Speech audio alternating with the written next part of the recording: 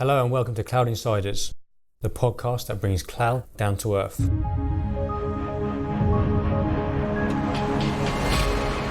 Hello and welcome to the latest episode of Cloud Insiders. Today we're talking analytics as a service with Sonar, and we're joined by Gavin. Gavin, nice to have you with us. Can you introduce yourself and let everyone know who you are, please?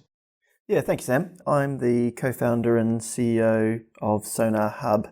We've got an analytics as a service product called Sonar, and it looks at analytics for IT infrastructure. Excellent, thank you. So what does that term analytics mean then? Well, I guess like cloud, it's been a developing definition.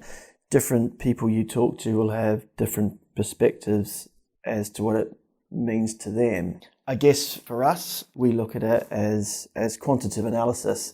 So fundamentally, it's the discovery and interpretation of empirical data, which is used to describe and improve business performance. It's looking at patterns and correlations and then describing them in a way that you could do something with it. So what is the typical impression then of analytics within IT? I think from what we've observed over the last couple of years is that originally it was seen as something big and scary, and to some extent it still might be. Typically something which requires huge number crunches and a team of developers to feed and water it and get the information out. I think that view is slowly changing. I think as products come to market which break down those big problems of infrastructure and development for analytics and becomes a little bit more off the shelf, a little bit more plug and play, I think that is going to change. I think the way that the terminology is coming into the market and adapting is that we're seeing it as a little bit of an evolution from monitoring. And I know this is something that Gartner's been looking at for some time, in the way it describes how analytics is a kind of a generational shift. So Gartner talk about ITIM as infrastructure monitoring, and that's been something which has been in play for a number of years now, and a vast array of tools have come about and flourished in the market. And those tools, look at metrics, and they're used for monitoring, and if something's broken, it'll flash up and you go and fix and repair and remediate. Typically a lot of those products are technology specific, and so as things like virtualization and cloud and those ecosystems have grown, you've seen those sort of traditional monitoring products evolve. Gartner then redefined the kind of the future state by using this term ITOA, which is operational analytics, which describes the way that actually it's a slightly more holistic view of how IT could work and could really leverage the data that is now swimming around. There's a heck of a lot more data than we used to have, and rather than just doing sort of more reactive state analysis, it's actually more about going, well, can I be more predictive? Can I step back from this data? Can I find patterns that actually change the way I behave preemptively rather than reactively? And ITOA is all about that. It's all about using multi-technology analysis and correlation, looking at it, whether it's point in time or real time, and trying to be more proactive with it. Cool, excellent, thank you. So what does the area of analytics as a service encompass then? What does it actually mean for businesses? And you've mentioned there's now ITOA from Gartner. How does it work as a service? Yeah, so I guess this is all about the benefit of virtualization and cloud to act as an offload. So going back to sort of first principles, what's driving analytics as a service? Well, that market itself really only exists because of cloud. Customers and organizations, as we know, have been progressively moving to cloud or hybrid cloud scenarios for the last couple of years. So your IT investment could be in a number of different places. So to continue to follow the on-premise, install a tool and manage it and monitor it and back it up and get trained and upgrade it is less relevant now than it used to be. SaaS is ideal in a lot of ways because of that, the less need to invest in infrastructure and actually offload it. The cloud can do all the number crunching and the processing. and you can consume it, as and when you need, which actually then just reduces the overall cost of implementation and use. So it's a lower TCO option as well, and it's more flexible given the way that businesses are consuming IT now. Yeah. Okay. So how do organizations benefit from undertaking analytics as a service then? Yeah, really good question. So analytics or analytics as a service, leveraging the flexibility of that sort of SaaS approach are sort of fundamentally the same. So going back to kind of where we started, fundamentally the objective is to improve business performance. If we break that down in terms of the way that Sonar looks at the world, the use cases and benefits typically include increased visibility and transparency. So we're talking about a lot more moving parts in customer environments these days. If they've got a private cloud or a public cloud, and resources are being provisioned, spun up, spun down on a daily basis, there's a lot of moving parts. So we're getting a lot more data generated. Keeping your finger on the pulse when you've got all that movement is actually really, really difficult. So from that point of view, visibility is absolutely key. Secondary is baselining where you are. So you've got a lot of moving parts. You know where you want to go, but you don't know where you are today. And you always need that reference point in order to be able to improve from. I guess in sort of a third, fourth one is, yes, you can use analytics to fix problems. And I guess once you start using analytics preemptively, actually more importantly, you start avoiding problems and not having to fix the problems in the first place. There are numerous other ones, but there's one that's really starting to come alive at the moment with a lot of the conversations around GDPR. So being able to evidence that you're adhering to something, a compliance or legislative requirement, without human hands is massively important. It's something that will become absolutely commonplace, and again, it's another huge driver for analytics.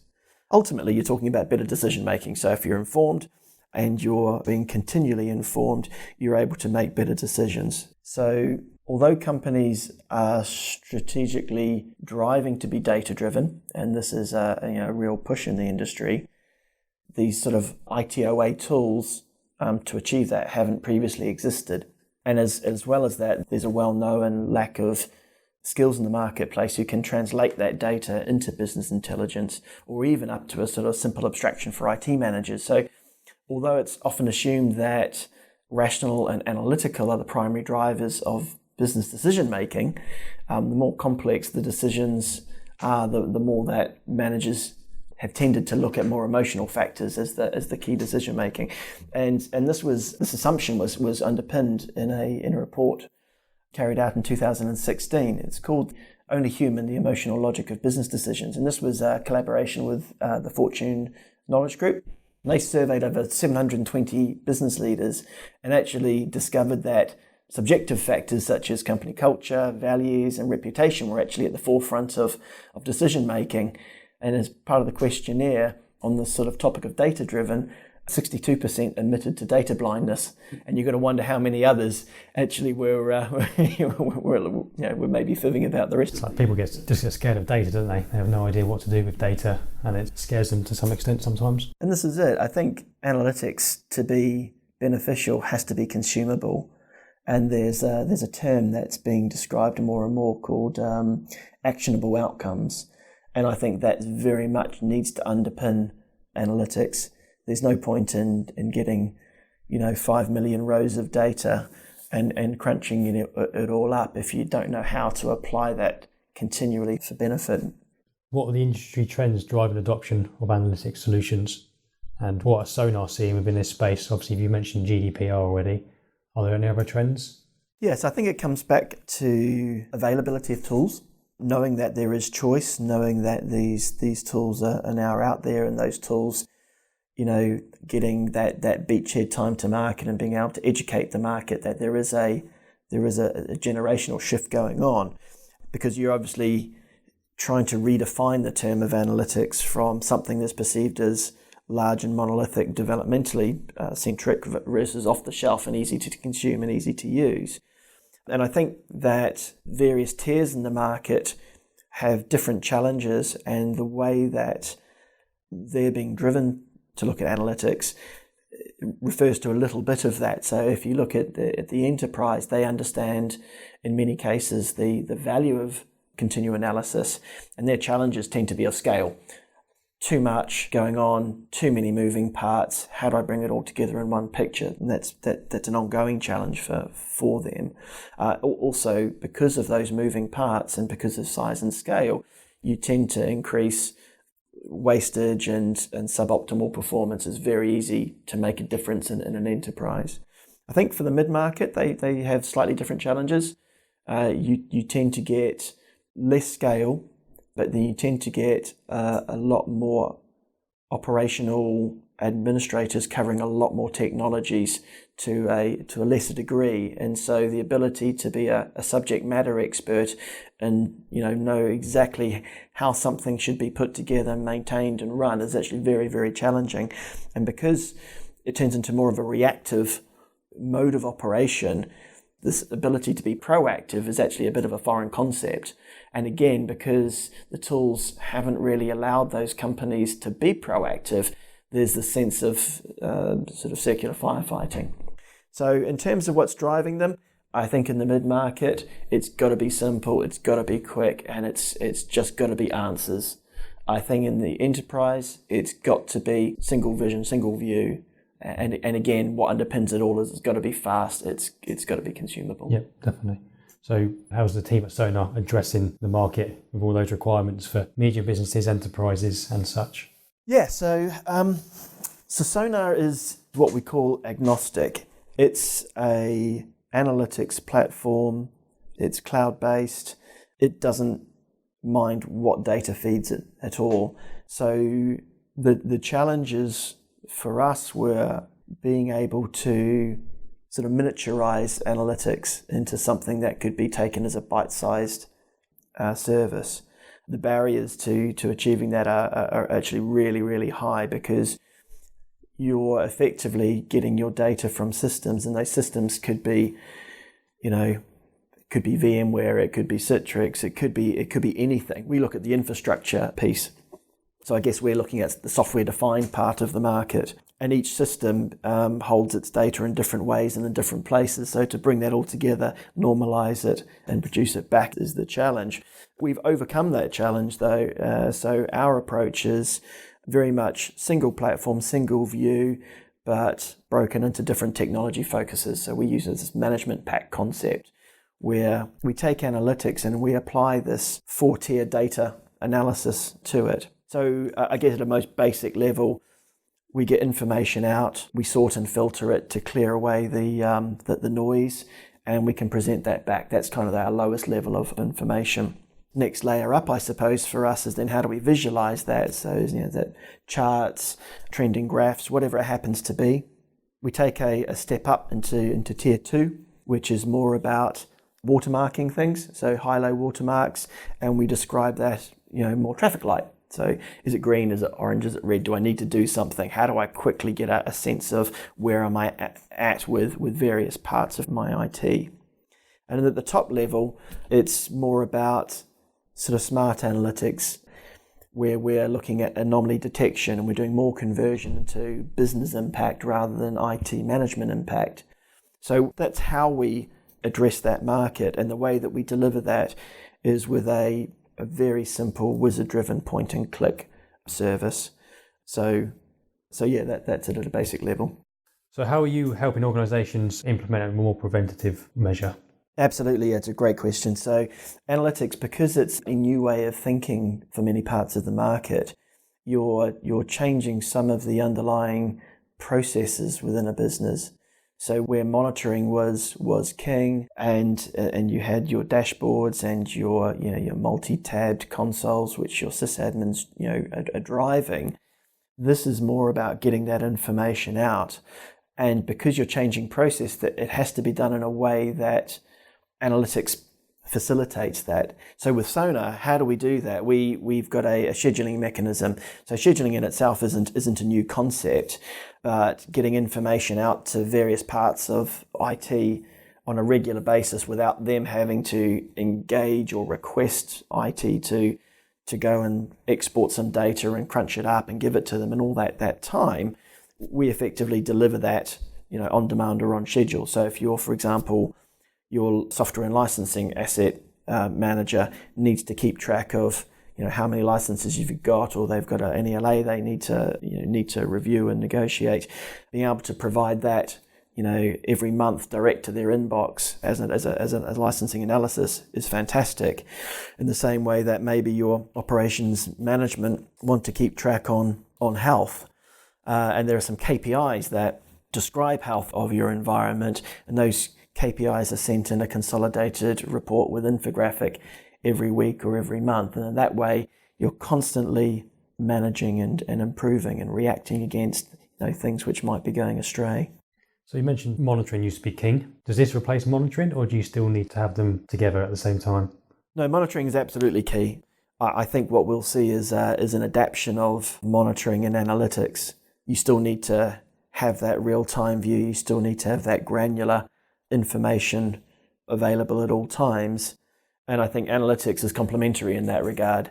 It's the abstraction. It's not what the sys-admin can do with it all the time. It's what can the business do with it. And there are different parts of the business that would get great value out of that information. So do you think big data analytics are the next big thing, or are they just more industry buzzwords?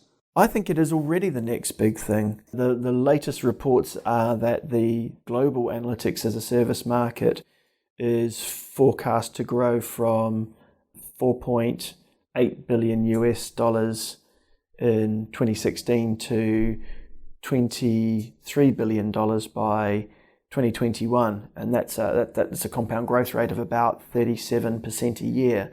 So we are in it.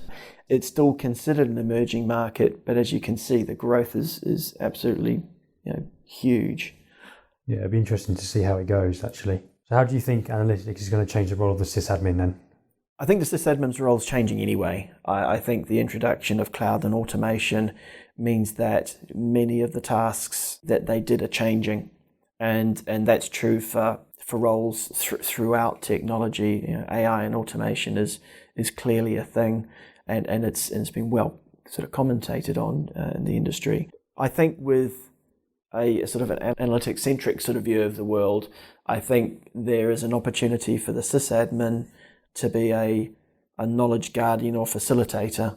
I think their ability to move from reactive to proactive is fundamental, and I think these tools really enable that.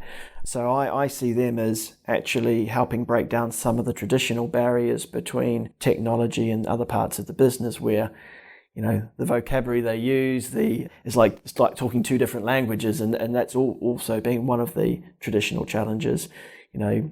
You ask a question, it's interpreted, differently by, maybe by a sysadmin, and their answer, will be not necessarily the same language that the business person understands. And so it's helping to sort of join those areas together. And I think that's, I don't think I'd like to call exactly how that might change, but I definitely see change going on. Okay. How does Sonar help? Well, Sonar is a bridge. Because of these sort of 4 data layer tiers that we use as our formula, we're really just taking this language and we're converting it by degrees, from data to visualization to traffic lighting, and then describe it in more of a business sense. And so sort of coming back to the way that we work is that we start at that lowest level. We collect analytics, we group them into use cases where there are these sort of actionable outcomes, and then we group them into reports. And those reports, will provide the ability to avoid problems, improve decision making, and so forth. This is the question that we always like asking our guests around their sort of area of expertise. Where do you think the future is heading for analytics and big data? Yeah, so I think the big monolithic data crunching is absolutely, there's a place for it, and there's certainly enough huge data pools in the world that need that level of development and output. There are still high technology barriers, which is why you're getting companies like SonarHub trying to break that down and make it more deliverable and more consumable. So I think that there is a little way to go. If I can kind of give you a bit of an example, so every technology these days has an API, and analytics needs information to be able to feed it, apply its rules, and come up with information and views. Now, there are lots of tools, both monitoring, management, and analytics, which leverage that data. And there are going to be competing products which also want to get hold of that data. And actually what you're seeing is that you've got a data lake in any organization which has data from multiple technologies, which is constantly being drained out by these tools. So the argument is that, well, why don't I just get that information once and have all of these tools then apply their own processes and intelligence to it? And all these tools have, are valid. So there is not one silver bullet as we see it, but there will be a hybrid of information types that companies will use. So I see it more as potentially a kind of an intermediary situation where you have a way of getting data agnostic and actually plugging in your rule sets to be able to provide the information in the way that you're going to add value to that customer. I think we're a long way away from that. As I said, the barriers just to getting data standardized and out of systems is a huge journey. So I see this as being a progressive thing over time. It's quite an exciting space as well, isn't it, to see how it will progress? Massively so. The role data scientist wasn't heard about 3 or 4 years ago, and now there's a skill shortage. Well, kind of go figure. That's that is the market, and that is kind of proving that this market is really starting to grow fast. So very exciting time. Definitely. You mentioned quite a few times going from reactive to proactive. What does that add for a business in terms of cost savings, that kind of stuff? Absolutely. So we talked about these use cases and benefits in terms of improving visibility, better information, better decision making, avoiding problems, and all of that. So all of those points actually track back to cost. So you're either improving your systems which may be suboptimal, through wasted resources, and those are indirect costs which can affect the bottom line. Or they can be direct cost savings by reducing or deferring capital expenditure, by optimizing or actually understanding what you've got, maybe a lot better than you may do today. And really, I guess the point is to get the best value is that you should always be doing this. This should be part of your process. There's no point in doing it once, getting a one-off benefit, and then allowing those gains to be lost over time. Ultimately, that leads to a sustained continual improvement, which means a sustained cost saving. So ultimately, analytics is about reducing TCO. There is a lot of opportunity in most organizations to refine and improve that. So it sounds like it's gone from a nice to have, from being proactive, to something that is definitely needed now for businesses to keep up pace with cloud organizations. Or businesses are constantly being challenged to reduce cost. And going back to this notion of, does traditional monitoring platforms highlight areas of cost saving? Yes, in some cases, if they're interpreted well by the people who are administering those systems. Analytics is about trying to provide that view in a more abstracted way so that businesses can proactively reduce those costs and keep maintaining those costs down. So analytics, you could argue, is a TCO reduction. So any business that wants to keep control of its costs or reduce its costs will say that's your FD will say that's a must-have. Cool. Thank you, Gavin. That's it from us here at Cloud Insiders. Thank you for joining us. Thank you, Sam. It's been a pleasure. Thank you. Thank you for listening to this episode. Find out more and listen to additional episodes on Cloud Insiders FM. Follow us on Twitter at Cloud Insiders and subscribe on iTunes. See you soon.